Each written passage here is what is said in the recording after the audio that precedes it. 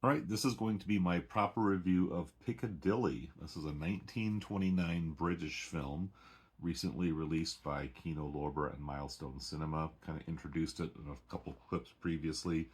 As you can see on the cover, Anna May Wong is billed very prominently here, and she is probably the main reason that most viewers would want to check this out.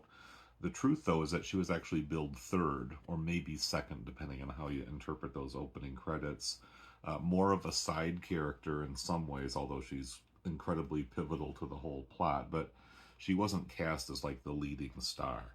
I'm going to say a little bit more about the film as I switch over to a scene that I filmed from my TV just to make the clip a little bit more visually interesting.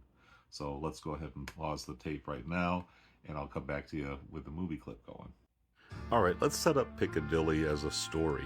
This takes place in the Piccadilly Entertainment District in London and at a club called the Piccadilly Club. There you see Mabel. She's the lead female dancer. In fact, she used to have a male partner, but he's left. She's the solo act, and apparently she's just not able to draw them in like she did when she and her partner Vic were teamed up.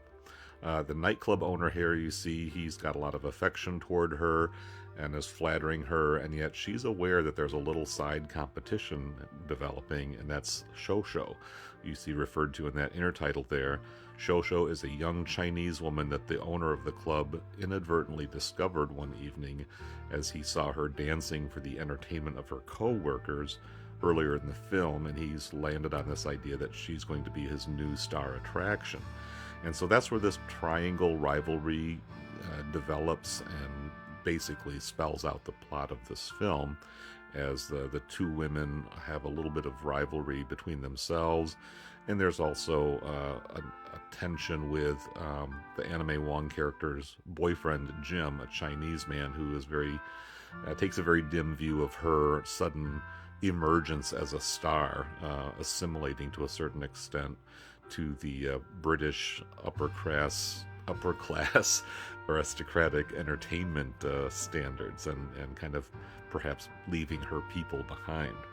So yeah, this is a really lavish, beautifully shot film. It's got some really nice decor. Obviously, we see this enormous set here.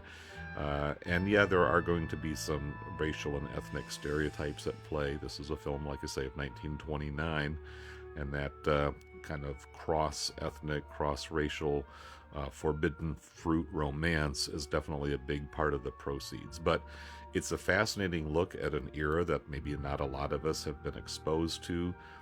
Great Britain right at the end of the 1920s, the Roaring Twenties, and all of that, and also a pretty prime example of British silent cinema with pretty top-level production values.